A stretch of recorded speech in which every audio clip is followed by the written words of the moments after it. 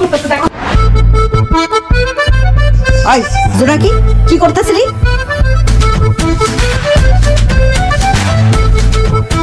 আব্বা আম্মা ওই দেখো রাজু ভাই আপনারে নিয়ে গেছে। এই এই ভাইজান এই ওসব কি তোর বদমাশ বেয়াদব মামা মামি আর কোনো চিন্তা নাই আর কোনো টেনশন নাই আমি জোনাকিরে ধরে নিয়ে আসছি তোমার এই ভাইগনা বাইচা থাকতে তোমার মান সম্মান জীবনে নষ্ট হতে দিব না জুতার না হোক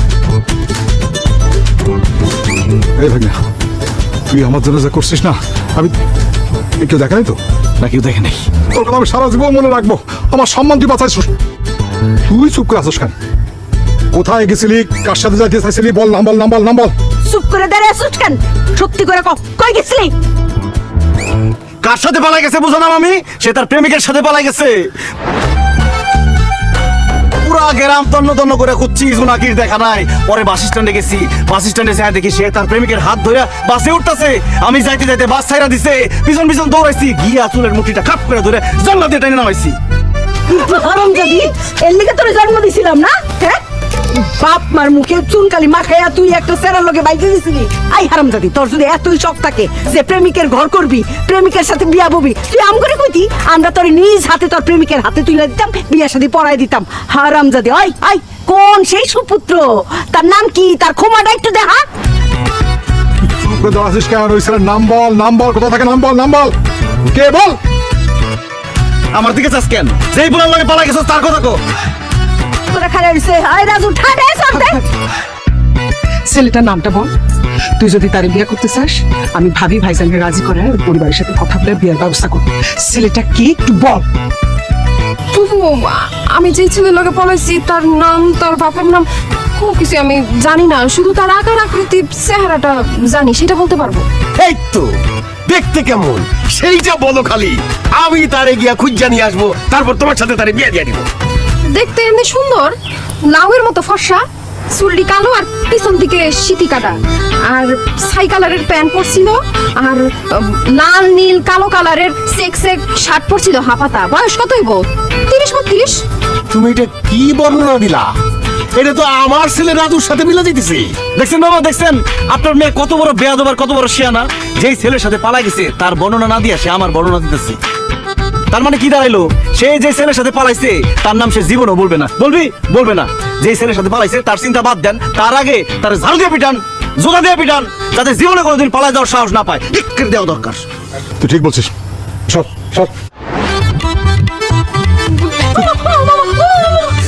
তুই যদি এই বাড়ির বাইরে পালাকার চিন্তাও করিস, হ্যাঁ ওই ছেলের নাম মুখে নিস, যদি ওর সঙ্গে পালা যাওয়ার চিন্তা করিস তোকে আমি জানতো। আরে কি করতেছেন? এইভাবে হইব না, সিনেমার মতো নকল মাইর দিলে হইব না তো। ওরে সপাং করে মারতে হইব।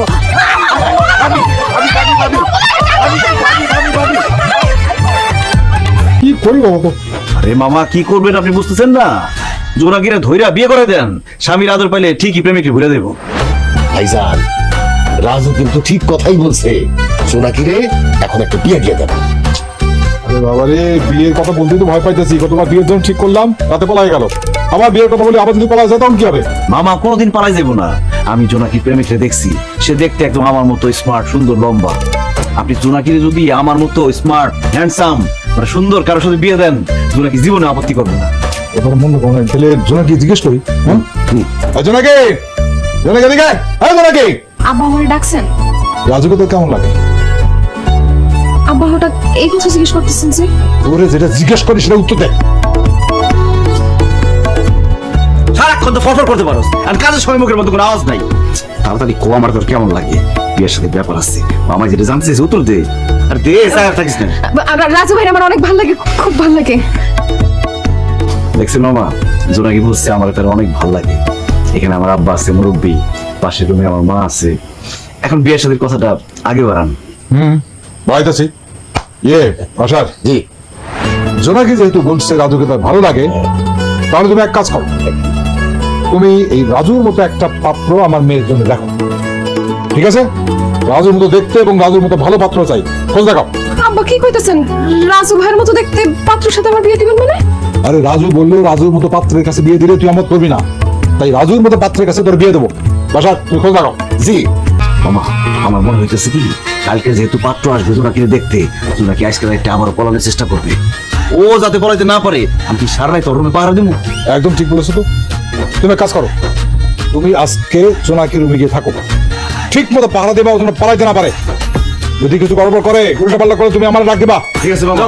এই জোনাকি, হাই, রাত্রেবেলা যদি পলাইতে চাও তাহলে কি করবি? আচ্ছা আপা, তুমি যে বলে গেছিলি ওই ছেলেটা দেখতে কেমন রে? না মানে তোর তো এখন বিয়ে ঠিক হয়ে যাইতেছে, ছেলেটা যদি একটু সুন্দর সুন্দর হয় তাহলে না হয় আমি বিয়ে করে ফেলাইলাম। একদম বেশি কথা বলবি না, বেশি কথা বললে জিপটা টাইম না ছিঁড়ে ফেলাম। যা করতে পারো বাইরে। তুই আমার মারছুস কেন আপা? আর এত রাত আমি বাইরে কই যামু? রাজু ভাইয়ের সাথে আমার জরুরি কথা আছে, তুই এখান থেকে বাইরে হ, তোর সামনে কথা বলতে পারতেছি না আমি। রাজু ভাইয়ের সাথে তোমার এমন কি জরুরি কথা যেটা আমার সামনে বলতে পারবা না? আরে শারমিন, বুঝতেছো না? কোনো জরুরি কথা টথা না। তোমার বই না আমারে মারবো, তোমার সামনে তো আর মারতে পারবো না, এই জন্য তোমার বাইরে যাইতে বসছি। সি সি সি সি রাজু ভাই, এটা আপনি কি কইতেছেন? ভাই আপা, তুই রাজু ভাইরে কেন মারবি? ওই যে আমি তোমার আপারে ধরে নিয়ে আসছি, সে তার প্রেমিকের সাথে পালাইতে পারে নাই। আমার উপর তার অনেক রাগ, অনেক ক্ষোভ, আমার একটু মারা দরকার আছে। তুমি যাও, আমার মারতে দাও। আসো বাইরে, আসো। আই, তুমি আব্বারে কেন বলতে গেছো যে তোমার মতো পাত্র দেখার জন্য? তুমি নিজের কথা কেন বলতে পারলা না? আচ্ছা ভালো কথা, তুমি আমারে বিয়ে করে তুমি কি আমার সাথে সিটারি করার চেষ্টা করতেছো? আমার ধোকা দেওয়ার চেষ্টা করতেছো? জোনাকি, আমি তোরে ভালোবাসি, আমি তোরে কেন ধোকা দিব? আমি মামারে বলছিলাম আমার মতো পাত্র দেখে তোরে বিয়া দিতে। আমি ভাবছি এই কথা বলার পরে মামা আমার সাথে তোরে বিয়া দিব, কিন্তু মামা যে আমারে বাদ দিয়ে আমার মতো পাত্রের সাথে তোর বিয়া ঠিক করতে চাইবো এটা তো আমি ভাবতেই পারি নাই। তুমি তো অনেক কিছুই ভাবতে পারো না, তোমার এই ভাবনার জন্য আজকে আমার এই অবস্থা। বিয়ের কথা শুরুতে বলে দিলে মায়ের গুতা গালাখালি যা খাওয়ার একবারে খাইতাম। বিয়ের কথা গোপন করে আমার মনে হচ্ছে আমার আরেকটা বিয়ে হবো। একজনের সাথে বাসর করতে পারলাম না, সংসার করতে পারলাম না, তার উপরে আরেকটা বিয়া। আমি যদি আরেকজনের বউ হয়ে যাই সেটা সহ্য করতে পারবা? দেখতে পারবা তুমি? অসম্ভব। আমি থাকতে তোর অন্য কোথাও বিয়ে হতে পারে না। আমি তোর বিয়ে করছি, তুই আমার বউ, সারা জীবন তুই আমার হয়ে থাকবি। আমি তোমার প্রচুর বউ, সেই সকালবেলা বিয়ে হয়েছে, রাত হয়ে গেছে গা। হিসাবে তো এতক্ষণ আমাদের বাসর রাত হওয়ার কথা। বাসর রাত তো দূরের কথা, ঠিক মতো হাতটাও ধরতে পারলাম না। এর জন্যই কয় আত্মীয়র মধ্যে বিয়ে করতে হয় না। আচ্ছা, শারমিন তো বাইরে হয়ে গেছে, চল বাসর রাতটা সেরে ফেলি।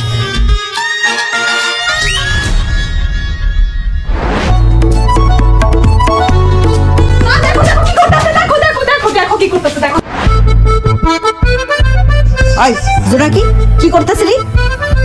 চুপ করে আসিস কেন? কি করতেছিলে?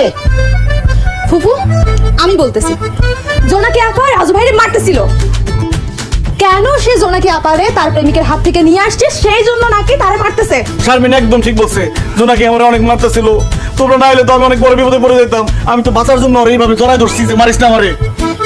ওরে হারামজাদি, পোলাডা মান সম্মান বাঁচাইছে আমগো, তোরে বাঁচাইছে আর তুই পোলাডার মারতেছ।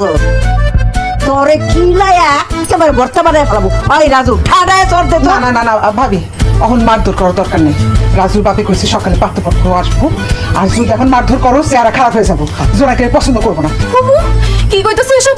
কালকে সকালে আমার পাত্রপক্ষ দেখতে আইবো? জি, আপনি যে বাইকে গেছিলেন, বাইকে যে চেহারা সুরত ফকিন্নির মতো বানাই নিয়েছেন, এখন আপনি ঘুমাইতে হইব চেহারা সুরত যেন ভালো হয়, আর নাহলে আপনার দীক্ষা পছন্দ করবো না। ঘুমা। এই রাজু, তুমি যে তোমার মামা আর আব্বার সাথে সও, আর আমরা এই ফকিন্নিরে দুজনে মিলে পাহারা দিব। ঠিক আছে, ভালো করে পাহারা দেন, আমাদের না পালায় রাখতে। দেখ না চেহারা কেমন বানায় দিয়ে।